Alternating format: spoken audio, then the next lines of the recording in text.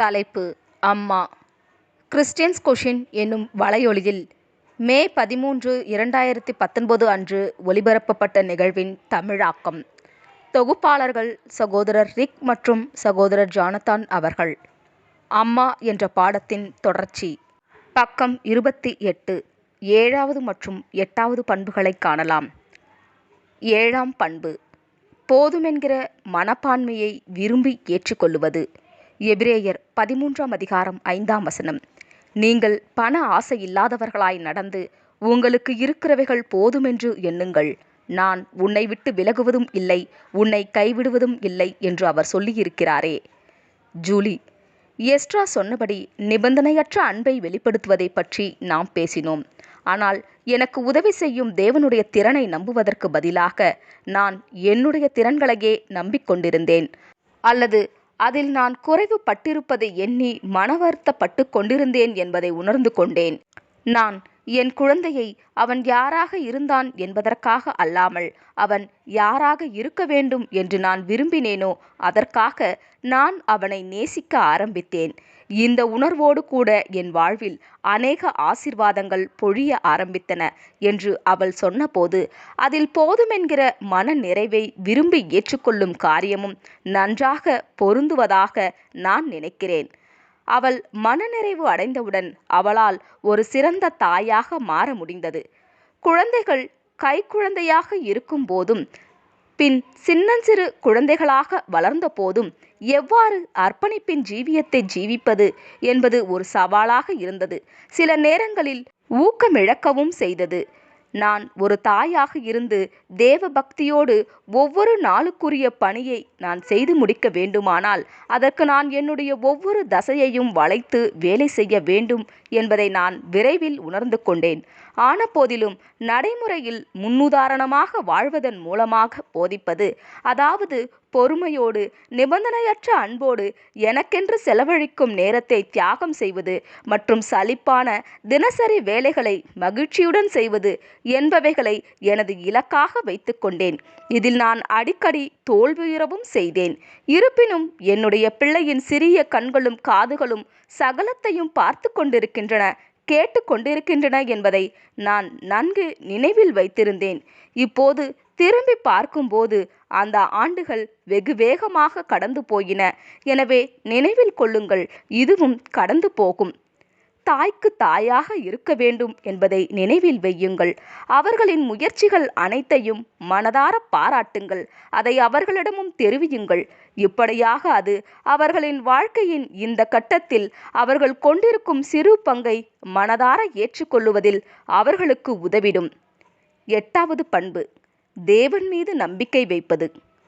நீதிமொழிகள் 3ஆம் அதிகாரம் 5-6 வசனங்கள்.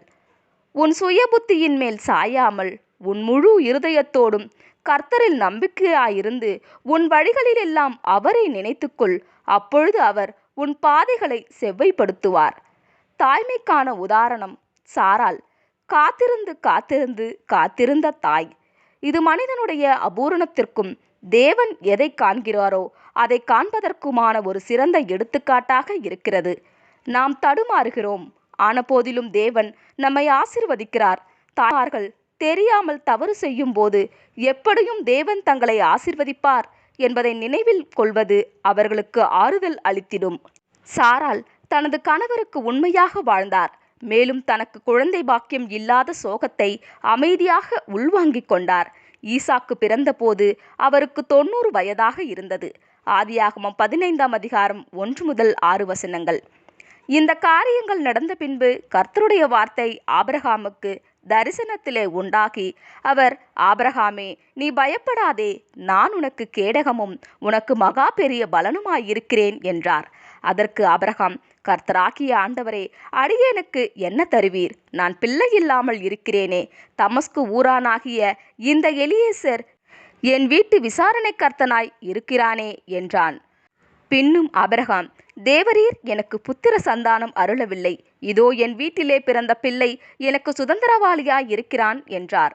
அப்பொழுது கர்த்தருடைய வார்த்தை அவனுக்கு உண்டாகி, இவன் உனக்கு சுதந்திரவாளி அல்ல, உன் கர்ப்பப்பிறப்பாய் இருப்பவனே உனக்கு சுதந்திரவாளியாவான் என்று சொல்லி அவர் அவனை வெளியே அழைத்து, நீ வானத்தை அண்ணார்ந்து பார், நட்சத்திரங்களை எண்ண உன்னாலே கூடுமானால் அவைகளை எண்ணு என்று சொல்லி பின்பு அவனை நோக்கி, உன் சந்ததி இவ்வண்ணமாயிருக்கும் என்றார்.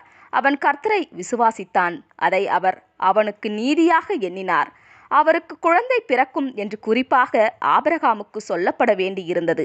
சாராள் சாத்தியமில்லாத ஒரு காரியத்தை எதிர்கொள்ள நேரிட்ட போது அதை தாண்டி அவரால் எதையும் பார்க்க முடியாமல் போனது. ஆதியாகமம் 18ஆம் அதிகாரம் 9 முதல் 14 வசனங்கள். அவர்கள் அவனை நோக்கி, உன் மனைவி சாராள் எங்கே என்றார்கள். அதோ கூடாரத்தில் இருக்கிறாள் என்றார். அப்பொழுது அவர், ஒரு உற்பவ காலத்திட்டத்தில் நிச்சயமாய் உன்னிடத்திற்கு திரும்ப வருவேன். அப்பொழுது உன் மனைவியாகிய சாராளுக்கு ஒரு குமாரன் இருப்பான் என்றான். சாராள் அவருக்கு பின்புறமாக கூடார வாசலில் இதை கேட்டுக்கொண்டிருந்தாள். ஆபிரகாமும் சாராளும் வயது சென்று முதிர்ந்தவர்களாயிருந்தார்கள். ஸ்திரீகளுக்குள்ள வழிபாடு சாராளுக்கு நின்று போயிற்று. ஆகையால் சாராள் தன் உள்ளத்திலே நகைத்து, நான் கிழவையும் என் ஆண்டவன் முதிர்ந்த வயதுள்ளவனுமான பின்பு எனக்கு இன்பம் உண்டாகுமோ என்றாள். அப்பொழுது கர்த்தர் ஆபிரகாமை நோக்கி, சாராள் நகைத்து, நான் கிழவையாயிருக்க பிள்ளை பெறுவது மெய்யோ என்று சொல்வானேன்? கர்த்தரால் ஆகாத காரியம் உண்டோ? உற்பவ காலத்திட்டத்தில் உன்னிடத்திற்கு திரும்ப வருவேன். அப்பொழுது சாராளுக்கு ஒரு குமாரன் இருப்பார் என்றார். சாராளுக்கு சந்தேகம் இருந்த போதிலும் அவர் ஆசீர்வதிக்கப்பட்டார். சாத்தியமற்ற குழந்தை பாக்கியம் அவருக்கு கிடைத்தது.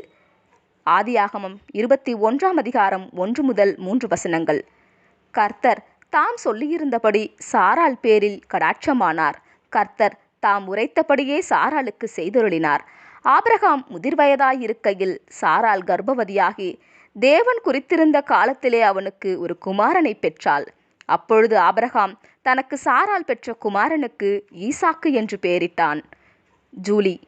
தாய்மை என்பது சந்தேகங்கள் நிறைந்ததுதான் என்றாலும் சாத்தியமற்றதை நடக்க செய்வதும் அதில் அடங்கும்.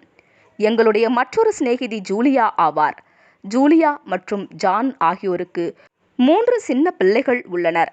2019 அவர்களுக்கு முறையே 3, 7 மற்றும் 9 வயது ஆகின்றன. இந்த தாயோ சமச்சீரானவள். அவள் ஒரு சிறந்த முன்மாதிரியாகவும் இருக்கிறாள். அவள் ஒருபோதும் மனக்கலக்கமும் குழப்பமும் அடைந்ததாக தெரியவில்லை. அவளுடைய பிள்ளைகள் அனைவரும் நன்றாக நடந்து கொள்ளுகிறார்கள். அது மட்டுமல்லாது சிறந்ததொரு குட்டி வேத மாணவர்களாகவும் திகழ்கின்றார்கள். அவளால் இதை எப்படி செய்ய முடிந்தது? நம்முடைய பிள்ளைகள் தேவனை அன்பு கூற வேண்டும் என்று, தாங்கள் தேவனுடைய சாயலில் படைக்கப்பட்டவர்கள் என்பதை அவர்கள் அறிந்து கொள்ள வேண்டும் என்றும், தேவனுடைய வார்த்தையிலிருந்து வரும் உயர்ந்த நன்னெறிகளை அவர்களும் பின்பற்ற வேண்டும் என்றும் நாம் விரும்புகிறோம். அதற்காக நாங்கள் ஏராளமான பைபிள்களை வாங்கியிருக்கிறோம். சிலது படங்களுடன் இருக்கும், சிலது பொம்மை படம் போட்டு கதை வடிவில் இருக்கும்.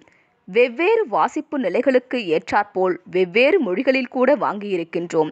அந்த வகையில் அவர்கள் பைபிளை எடுத்து வாசிப்பதற்கு சோர்வடையவோ சலிப்படையவோ மாட்டார்கள். நாங்கள் காரில் செல்லும் போதும் கிறிஸ்தவ பாடல்களை போட்டு கேட்போம். மேலும் அவ்வப்போது வேதாகம பாத்திரங்கள் பற்றிய காணொளிகளை போட்டு காட்டுவோம். பைபிளில் எழுதப்பட்டவை அனைத்தும் உண்மையானவை மற்றும் நிஜத்தில் நடந்தவை என்பதை அவர்கள் தெரிந்து கொள்ள வேண்டும் என்று நாங்கள் விரும்புகிறோம். நூலகத்திலிருந்து நல்ல புத்தகங்களை எடுத்து வாசிப்பதற்கும், பள்ளியில் நடக்கும் புத்தக கண்காட்சியில் நல்ல புத்தகங்களை தேர்ந்தெடுப்பதற்கும் அவர்களை நாங்கள் ஊக்குவிக்கின்றோம். எங்கள் குழந்தைகள் எதை பார்க்கிறார்கள், எதை வாசிக்கிறார்கள் என்பதில் நாங்கள் கண்ணோக்கமாய் இருக்கிறோம். நான் வழக்கமாக குழந்தைகளை நூலகத்திற்கு அழைத்து சென்று அவர்கள் விரும்புவதை தேர்வு செய்ய அனுமதிப்பேன். ஆனால் ஏதாவது பொருத்தமற்றதாக இருந்தால் அது ஏன் பொருத்தமற்றது என்பதை அவர்களுக்கு எடுத்து சொல்லுவேன். ஜூலி. ஜூலியாவும் ஜானும் தாத்தா பாட்டிகளை ஜோ மற்றும் கேத்தியை தத்தெடுத்துள்ளனர். அவர்கள் இவர்களுக்கு அருகில் வசிக்கின்றனர். இந்த தாத்தா பாட்டிக்கோ பேர குழந்தைகள் தேவைப்பட்டது. ஜூலியா மற்றும் ஜானுடைய பெற்றோர்கள் வெகு தொலைவில் இருந்ததால் அவர்களுடைய பிள்ளைகளுக்கோ தாத்தா பாட்டி தேவைப்பட்டது. அவர்கள் ஒத்த கருத்துக்களை கொண்டுள்ளனர்.